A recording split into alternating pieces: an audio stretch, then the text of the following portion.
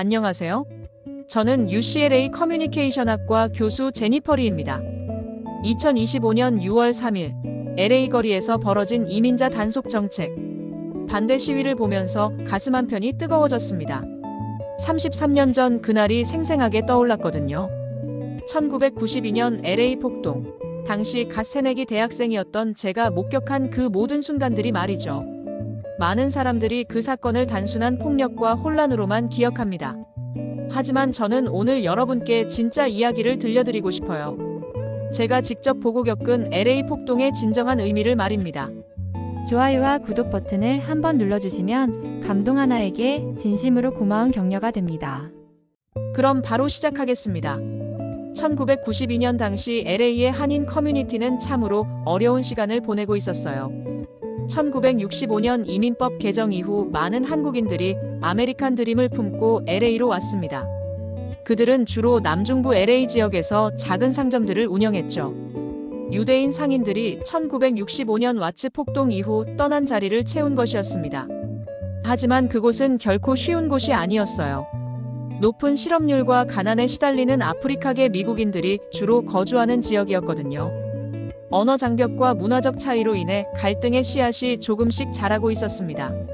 한국인들이 우리 지역에서 돈만 빼가고 있다는 불만이 흑인 공동체 사이에 퍼져나갔어요. 한국인 상점주들은 도난을 의심했고 흑인 고객들은 무시당한다고 느꼈습니다. 서로를 이해하지 못하는 상황이 계속됐죠. 1991년 3월 상황은 더욱 악화됐습니다.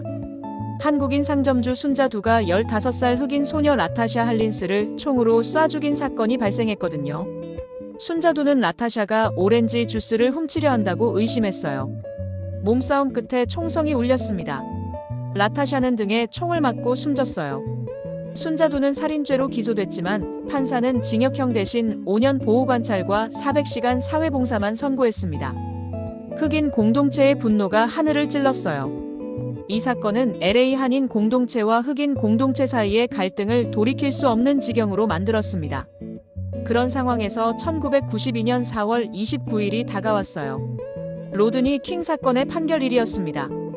흑인 운전자 로드니 킹을 무자비하게 구타한 백인 경찰관 4명에 대한 재판 결과가 발표되는 날이었죠. 비디오로 명확히 기록된 경찰의 과잉 진압이었는데도 배심원단은 무죄를 선고했습니다. 그 순간 LA는 폭발했어요. 억눌려 있던 분노와 불평등에 대한 절망이 한꺼번에 터져나왔습니다. 하지만 그 분노의 화살은 엉뚱한 곳을 향했어요. 백인들이 사는 부유한 지역이 아닌 한인들이 운영하는 상점들로 말입니다. 저는 그때까지 이 모든 상황을 피상적으로만 이해하고 있었어요. 언론에서 보여주는 단편적인 모습들, 폭력과 무질서만 보였거든요. 하지만 곧 제가 얼마나 잘못 알고 있었는지 깨닫게 됩니다. 4월 29일 오후 판결이 발표되자마자 상황은 걷잡을 수 없이 악화됐습니다. 저는 대학 기숙사에서 텔레비전으로 생중계를 지켜보고 있었어요. 처음에는 몇몇 시위대가 거리로 나온 정도였는데 순식간에 수천 명의 군중으로 불어났습니다. 이건 단순한 시위가 아니야라는 생각이 들었어요. 분노에 찬 사람들이 상점 유리창을 깨기 시작했고 불길이 하늘로 치솟았습니다. 헬기에서 찍은 항공 영상을 보니 마치 전쟁터 같았어요. 그런데 이상한 일이 벌어졌습니다. 폭동의 주된 타겟이 백인 소유 상점이 아니라 한인 상점들이었거든요. 순자두 사건 이후 쌓인 감정이 폭발한 것 같았어요. 코리아타운과 남중부 LA의 한인 상점들이 집중 공격을 받기 시작했습니다. 경찰은 어디에 있었을까요? 놀랍게도 경찰은 부유한 베벌리 힐스와 웨스트 할리우드 주변에 방어선을 쳤어요. 코리아타운은 완전히 무법지대로 방치됐습니다. 경찰서장 데릴 게이츠는 전술 경계 상태라고 발표했지만 실제로는 한인 지역을 포기한 것이나 다름없었죠. 한국인 라디오 방송국이 긴급 방송을 내보냈어요. 우리 스스로 지켜야 합니다. 경찰은 오지 않습니다. 절망적인 목소리였어요. 한국어로 울려 퍼지는 방송을 들으며 많은 한인들이 깨달았습니다. 아무도 자신들을 보호해주지 않는다는 사실을 말이죠. 상황은 예상보다 훨씬 심각했어요. 첫날 밤만에 200여 개의 한인 상점이 불탔거나 약탈당했습니다. 한 상점주가 텔레비전 인터뷰에서 울먹이며 말했어요. 30년 동안 열심히 일해서 세운 가게가 하룻밤에 사라졌습니다. 이제 저에게는 아무것도 남지 않았어요. 더 충격적인 것은 한인들이 완전히 고립됐다는 사실이었습니다. 소방서에 신고해도 소방차가 오지 않았어요. 911에 전화해도 지금은 출동할 수 없다는 답변만 돌아왔습니다. 한인들은 스스로의 힘으로 이 위기를 헤쳐나가야 했어요. 코리아타운 곳곳에서 자발적인 방어 조직이 형성되기 시작했습니다. 젊은 한인 남성들이 아버지뻘 되는 상점주들을 도우러 모여들었어요. 많은 이들이 한국에서 군복무를 마친 경험이 있었죠. 그들은 본능적으로 체계적인 방어 계획을 세웠습니다. 5번가와 웨스턴 애비뉴 교차로의 캘리포니아 마켓이 주요 방어 거점이 됐어요. 8번가와 옥스퍼드, 웨스턴과 3번가도 마찬가지였습니다. 한인들은 이 지점들을 중심으로 동심원을 그려가며 방어선을 구축했어요. 하지만 무엇보다 놀라운 것은 한인 공동체의 결속력이었습니다. 평소에는 서로 경쟁 관계였던 상점주들이 하나가 됐어요. 교회별로, 지역별로 나뉘어 있던 한인들이 민족이라는 하나의 정체성으로 뭉쳤습니다. 우리가 아니면 누가 우리를 지켜주겠는가? 이것이 당시 한인들의 심정이었어요. 절망적인 상황이었지만 동시에 한민족의 강인함이 드러나는 순간이기도 했습니다. 위기 앞에서 하나가 되는 것, 그것이 바로 우리 민족의 DNA였죠.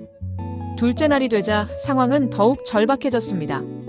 밤새 계속된 약탈과 방화로 코리아타운 전체가 연기에 휩싸였어요. 저는 친구와 함께 코리아타운 근처까지 가봤는데 마치 전쟁이 일어난 것 같았습니다. 그런데 그곳에서 제가 본 것은 정말 놀라운 광경이었어요.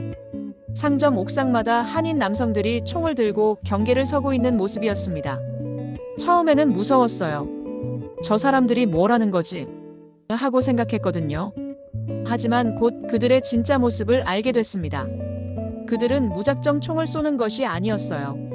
철저히 계획된 방어 전략을 구사하고 있었습니다. 옥상에 배치된 사람들은 주로 정찰과 경고 역할을 했어요. 실제 총격은 최후의 수단이었죠. 리처드 리라는 상점주를 인터뷰한 기자가 물었습니다. 왜 총을 들고 계신가요? 리 씨는 침착하게 답했어요. 우리는 폭력을 원하지 않습니다.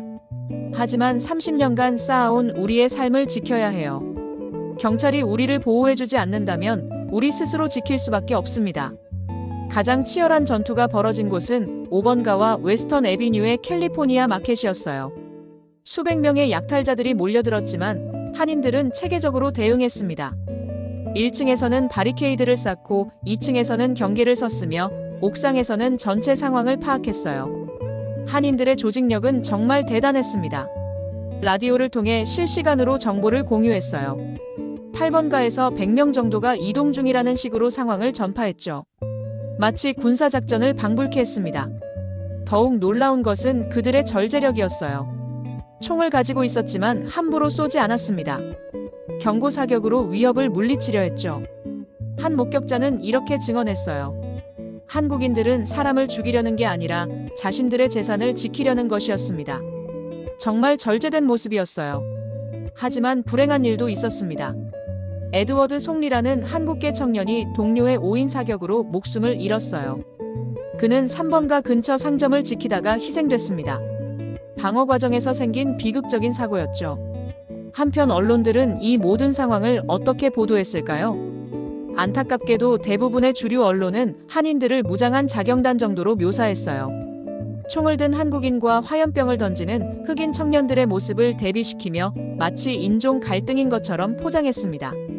하지만 현장에 있던 저는 알 수 있었어요. 이것은 단순한 폭력이 아니었습니다. 생존을 위한 절박한 선택이었죠. 한민족이 수천 년 동안 외침에 맞서며 기른 강인한 정신력이 발휘되는 순간이었어요. 제가 가장 인상 깊게 봤던 장면은 한 할머니가 젊은 한인 남성들에게 김밥을 나눠주는 모습이었습니다. 총성이 울리는 가운데서도 서로를 돌보는 공동체의 모습을 보여준 것이죠. 그 순간 저는 깨달았어요. 이들이 지키려는 것은 단순한 건물이나 돈이 아니라 공동체 전체였다는 것을 말입니다. 사흘째 되던 날, 상황은 예상치 못한 방향으로 흘러갔습니다. 전국의 시선이 LA로 집중되면서 한국인들의 모습이 전 세계로 중계됐어요. 옥상에서 총을 든 한인들의 모습이 상징적인 이미지가 된 것이죠. 처음에는 부정적인 반응이 많았어요. 폭력으로 폭력에 맞서고 있다는 비판이 쏟아졌습니다. 일부 언론은 한인들을 로스앤젤레스의 무법자들이라고 부르기도 했어요. 하지만 시간이 지나면서 여론이 바뀌기 시작했습니다. 사람들이 진짜 상황을 이해하기 시작한 거예요. 경찰의 보호를 받지 못한 채 홀로 남겨진 한인들의 절박함을 알게 된 것이죠. 한 백인 기자가 현장에서 리포트했어요. 이들은 폭도가 아닙니다. 자신들의 생계수단을 지키려는 평범한 상인들일 뿐이에요. 30년간 쌓아온 꿈이 하룻밤에 사라지는 걸 그냥 바라볼 수만은 없었던 것 같습니다. 더욱 놀라운 것은 한인들의 체계적인 대응이 효과를 거뒀다는 사실이었어요.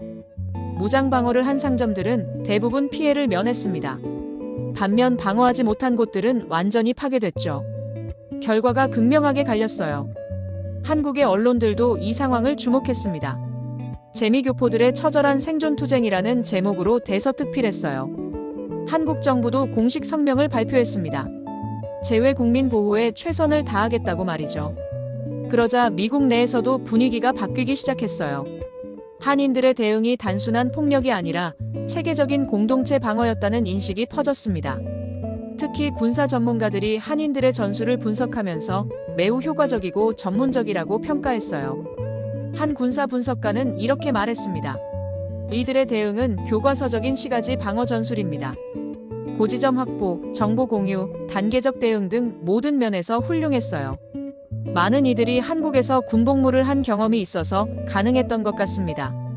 더욱 중요한 것은 한인들이 보여준 도덕적 우위였어요. 그들은 복수나 보복을 하지 않았습니다. 순전히 방어에만 집중했죠. 한 상점주는 인터뷰에서 이렇게 말했어요. 우리는 아무도 미워하지 않습니다.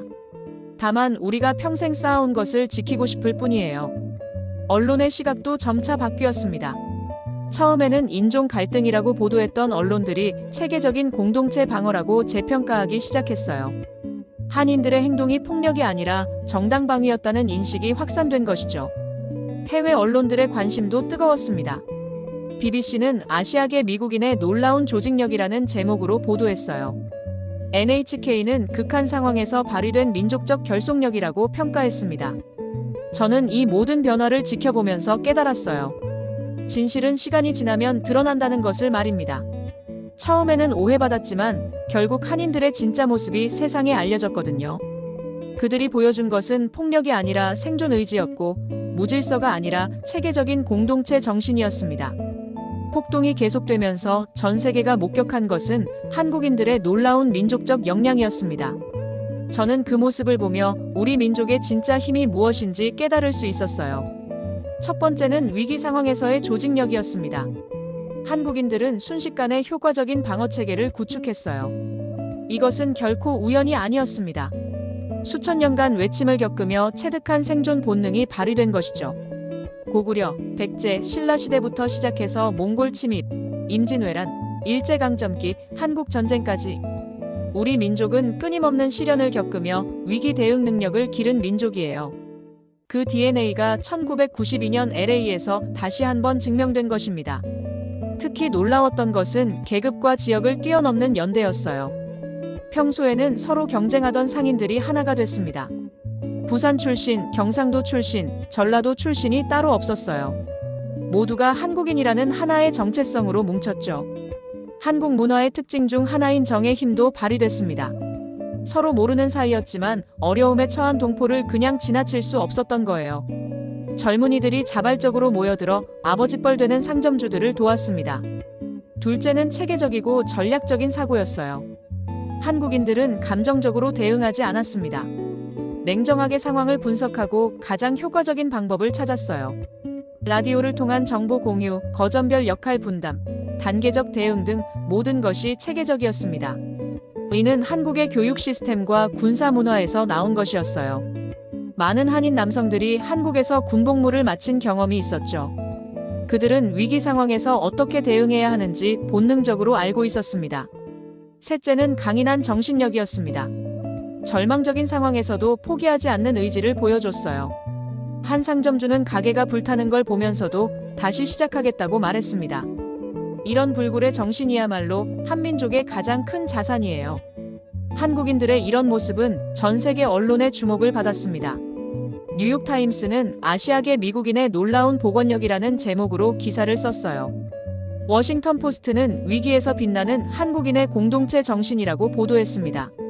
일본의 아사히 신문도 한국인의 조직력과 결속력은 세계적 수준이라고 평가했어요. 유럽의 언론들도 비슷한 반응을 보였습니다. 르몽드는 동양적 공동체주의의 힘이라고 분석했죠. 하지만 무엇보다 중요한 것은 도덕적 우위였습니다. 한국인들은 복수하려 하지 않았어요. 그들의 목표는 오직 자신들의 상터를 지키는 것이었습니다. 이런 절제력과 도덕성이야말로 한민족의 진짜 힘이었어요. 폭동이 끝난 후의 복구 과정도 놀라웠습니다. 한국인들은 빠르게 재건에 나섰어요. 서로 도우며 다시 일어섰죠. 이것이 바로 다시 일어나는 민족 한국인의 진면목이었습니다. 경제학자들도 한국인들의 회복력에 주목했어요. 1950년 세계 최빈국이었던 한국이 불과 몇십 년 만에 선진국 대열에 오른 비결이 바로 이런 강인함에 있다고 분석했습니다. 저는 이 모든 것을 보며 확신했어요. 우리 민족이 가진 이 놀라운 힘은 어떤 시련도 극복할 수 있게 해준다는 것을 말입니다. 1992년 LA에서 증명된 이 역량은 앞으로도 우리의 큰 자산이 될 거예요. 처음 폭동이 시작됐을 때 저는 솔직히 부정적인 시각을 갖고 있었습니다. 대학생이었던 저에게는 모든 것이 혼란스러웠어요. 텔레비전에서 보는 총을 든 한국인들의 모습이 무섭기도 했고 왜 저렇게까지 해야 하나라는 생각도 들었죠. 당시 주류 언론의 보도도 제 편견을 강화했어요. 한국인과 흑인 간의 인종 갈등, 무장한 자경단, 폭력의 악순환 같은 표현들이 반복됐거든요. 저는 그런 프레임에 갇혀서 상황을 피상적으로만 이해하고 있었습니다. 하지만 직접 현장을 가보고 나서 생각이 바뀌기 시작했어요. 친구와 함께 코리아타운 근처에 갔을 때 본 것은 언론에서 보여준 모습과는 완전히 달랐습니다. 그곳에는 폭력적인 자경단이 아니라 절박한 상황에서 자신들의 살터를 지키려는 평범한 사람들이 있었어요.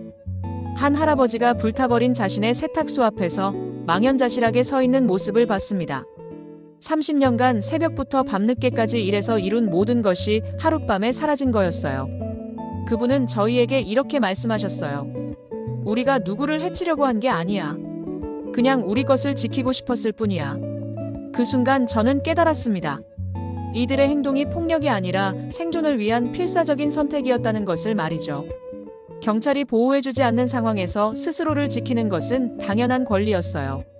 더 충격적이었던 것은 미디어의 왜곡된 보도였습니다. 총을 든 한국인의 모습만 부각시키면서 정작 그들이 왜 그런 선택을 할 수밖에 없었는지는 설명하지 않았거든요. 경찰의 방치, 수십 년간 쌓인 사회적 불평등, 정치적 무력감 같은 근본 원인들은 외면한 채 말이죠. 저는 여러 한인 상점주들과 이야기를 나눠봤어요. 그들 대부분이 우리는 평화를 원한다고 말했습니다. 한 분은 이렇게 토로했어요. 흑인분들과 사이가 나쁜 게 아니에요. 우리도 같은 소수민족으로서 차별받는 입장을 이해해요. 하지만 우리 가족의 생계가 달린 문제를 그냥 포기할 수는 없었어요. 언론이 보여주지 않은 또 다른 모습도 있었습니다. 많은 흑인들이 한인 상점을 지켜주려고 노력했다는 사실이에요. 일부 갱단 리더들은 훔친 물건을 상점주들에게 돌려주기도 했습니다. 하지만 이런 상호부조의 모습은 거의 보도되지 않았죠. 점차 저는 이 사건의 진짜 의미를 이해하게 됐습니다. 이것은 단순한 인종 갈등이 아니었어요. 사회적 약자들끼리 부딪힌 비극이었죠. 진짜 문제는 구조적 불평등과 정치적 소외였는데 그 분노가 엉뚱한 곳으로 향한 것이었습니다. 한국인들이 보여준 조직력과 단결력도 새로운 시각으로 보게 됐어요. 이것은 폭력성이 아니라 공동체 정신의 발현이었습니다. 위기 앞에서 하나가 되는 것, 서로를 지키려는 마음, 이것이야말로 한민족의 진정한 힘이었어요. 더 나아가 저는 미국 사회의 복잡성도 이해하게 됐습니다. 겉으로는 다문화 사회를 표방하지만 실제로는 인종별 계층화가 엄연히 존재한다는 사실을 말이죠.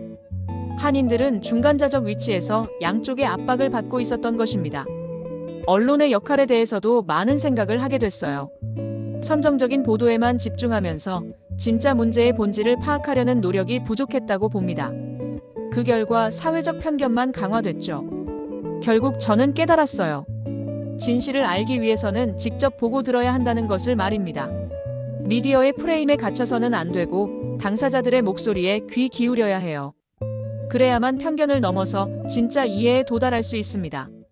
이 모든 경험을 통해 저는 완전히 다른 사람이 됐습니다. 이전에 제가 얼마나 안이하게 세상을 바라보고 있었는지 깨달았어요. 피상적인 정보만으로 성급한 판단을 내렸던 과거의 모습이 부끄러워졌습니다. 가장 큰 변화는 공동체의 힘에 대한 인식이었어요. 개인주의가 팽배한 미국 사회에서 자라나면서 저는 집단보다는 개인의 성취에만 관심이 있었거든요. 하지만 1992년의 경험은 공동체가 얼마나 소중한지 깨닫게 해줬습니다. 한인들이 보여준 연대의 모습은 정말 감동적이었어요. 서로 모르는 사이였지만 위기 앞에서 하나가 됐죠. 나이, 출신지, 사회적 지위를 떠나 모두가 한국인이라는 정체성으로 뭉쳤습니다. 이런 공동체 정신이야말로 우리 민족의 가장 큰 자산이라는 걸 알게 됐어요. 한인들이 겪은 어려움은 개인의 잘못이 아니었어요. 사회 시스템의 문제였죠. 경찰의 차별적 대응, 정치적 대표성 부족, 언론의 편향적 보도 등이 복합적으로 작용한 결과였습니다. 이런 구조적 문제를 해결하지 않고서는 진정한 발전이 불가능하다는 걸 배웠어요. 솔직히 이전까지는 한국인이라는 정체성에 대해 별다른 감정이 없었어요. 그냥 태어난 곳이 한국이었을 뿐이라고 생각했거든요. 하지만 위기 상황에서 발휘된 한민족의 저력을 보고 나서 생각이 바뀌었습니다. 수천 년간 끊임없는 외침을 겪으면서도 굴복하지 않은 민족의 DNA가 1992년 LA에서 다시 한번 증명됐어요. 이런 강인함과 회복력은 정말 자랑스러운 우리의 유산입니다. 저는 이런 민족의 후손이라는 사실이 무척 자랑스러워졌어요. 한인과 흑인 공동체 간의 갈등은 결국 서로에 대한 이해 부족에서 비롯된 것이었어요. 언어 장벽과 문화적 차이로 인해 오해가 쌓였던 거죠. 저는 앞으로 이런 문제를 해결하는 데 기여하고 싶다고 생각했습니다. 커뮤니케이션학을 전공한 이유도 여기에 있어요. 서로 다른 집단 간의 이해를 돕는 다리 역할을 하고 싶었거든요. 그리고 언론의 역할에 대한 새로운 인식이 생겼어요. 언론이 얼마나 강력한 영향력을 갖고 있는지, 그리고 그만큼 큰 책임도 따른다는 것을 깨달았습니다. 편향된 보도가 사회적 편견을 어떻게 강화하는지 직접 목격했거든요. 저는 앞으로 언론인으로서 공정하고 균형 잡힌 시각을 유지하겠다고 다짐했어요. 센세이셔널한 자극만 추구할 것이 아니라 진실을 찾기 위해 노력해야겠다고 생각했습니다. 마지막으로 희망에 대한 믿음이었습니다. 아무리 절망적인 상황이라도 포기하지 않으면 반드시 길이 열린다는 것을 배웠어요. 한인들이 폐허 속에서 다시 일어난 모습을 보면서 불굴의 정신이 무엇인지 알게 됐습니다. 이런 변화를 통해 저는 더 나은 사람이 됐다고 생각해요. 편견 없이 세상을 바라보고 공동체의 소중함을 알며 민족적 자긍심을 갖게 됐거든요. 1992년의 경험은 제 인생의 터닝포인트였습니다. 지금 2025년에 와서 되돌아보니 1992년 LA 폭동은 한국인들에게 고통스러운 시련이었지만 동시에 놀라운 성장의 계기이기도 했습니다. 그 절망적인 순간들이 결국 우리를 더 강하게 만들었거든요. 가장 큰 변화는 정치적 각성이었어요. 폭동 이전까지 한인들은 정치에 무관심했습니다. 조용히 장사만 하면 된다고 생각했죠. 하지만 1992년의 경험을 통해 정치적 힘이 얼마나 중요한지 깨달았어요. 그 결과 한인 사회에서 정치 참여가 급격히 늘어났습니다. 데이비드 류, 마이클 변, 존 리 같은 한국계 정치인들이 잇따라 등장했어요. 이제 LA 시의회에는 한국계 의원이 여러 명 있고 캘리포니아 주정부에도 한국계 고위직이 포진해 있습니다. 두 번째는 다른 소수민족과의 연대였어요. 폭동 직후 한인들은 흑인, 히스패닉 공동체와 대화를 시작했습니다. 서로의 아픔을 이해하고 공통의 목표를 찾아가는 과정이었죠. 베델 교회의 마크 윙롱 목사와 한인 커뮤니티 리더 해피님의 우정이 대표적인 사례예요. 1992년 5월 2일에는 3만 명이 참가한 대규모 평화 행진이 열렸습니다. 한국인뿐만 아니라 흑인, 히스패닉, 백인들이 함께 더 이상의 폭력은 안 된다고 외쳤어요. 이 행진은 LA 역사상 가장 큰 아시아계 시위였습니다. 세 번째는 경제적 회복과 발전이었어요. 초기에는 정말 절망적이었습니다. 2,200여 개의 한인 상점이 파괴됐고 피해액이 4억 달러에 달했거든요. 1년 후 조사에서는 피해를 입은 한인 업체 중 4분의 1만이 재개업했을 정도였어요. 하지만 한인들은 굴복하지 않았습니다. 서로 도우며 하나씩 다시 일어났어요. 지금의 코리아타운은 1992년보다 훨씬 발전한 모습입니다. 고층 빌딩들이 들어섰고 한국 문화의 메카로 자리 잡았죠. 네 번째는 문화적 위상의 변화였어요. 폭동 당시만 해도 한국 문화는 미국에서 거의 알려지지 않았습니다. 하지만 지금은 어떤가요? K-팝, K-드라마, K-푸드가 전 세계를 강타하고 있어요. BTS, 블랙핑크, 오징어 게임 등을 통해 한국 문화의 우수성이 인정받고 있습니다. 이런 변화의 바탕에는 1992년의 경험이 있었다고 생각해요. 그때 한인들이 보여준 강인함과 조직력이 세계에 알려지면서 한국에 대한 관심이 높아졌거든요. 위기에 굴복하지 않는 민족이라는 이미지가 형성된 것이죠. 다섯 번째는 차세대의 성장이었습니다. 1992년을 경험한 한국계 2세들이 이제 미국 사회의 주요 인물로 성장했어요. 구글의 수잔 워치츠키, 배우 산드라 오, 정치인 앤디 김 등이 대표적입니다. 이들은 모두 자신의 뿌리를 자랑스러워하면서도 미국 사회의 발전에 기여하고 있어요. 저 역시 그 일원이라고 생각합니다. UCLA에서 커뮤니케이션학 교수로 재직하면서 다문화 사회의 소통 문제를 연구하고 있어요. 1992년의 경험이 제 학문적 관심을 형성하는 데 결정적 영향을 미쳤거든요. 가장 의미 있는 변화는 화해와 치유의 과정이었습니다. 시간이 지나면서 한인과 흑인 공동체 사이에 진정한 이해가 싹텄어요. 서로의 아픔을 인정하고 공동의 미래를 모색하게 된 것이죠. 2022년 폭동 30주년을 맞아 열린 기념행사에서는 한인과 흑인 리더들이 함께 손을 잡았습니다. 과거의 상처를 딛고 더 나은 내일을 만들자고 다짐했어요. 이런 모습을 보며 저는 확신했습니다. 인간은 증오보다 사랑이 더 강하다는 것을 말이죠. 이제 저는 믿습니다. 우리 민족은 어떤 시련도 극복할 수 있는 힘이 있다고 말이에요. 1992년의 경험이 그것을 증명했거든요. 절망적인 상황에서도 희망을 잃지 않고 서로를 지키며 다시 일어나는 것. 이것이 바로 한민족의 진정한 모습입니다.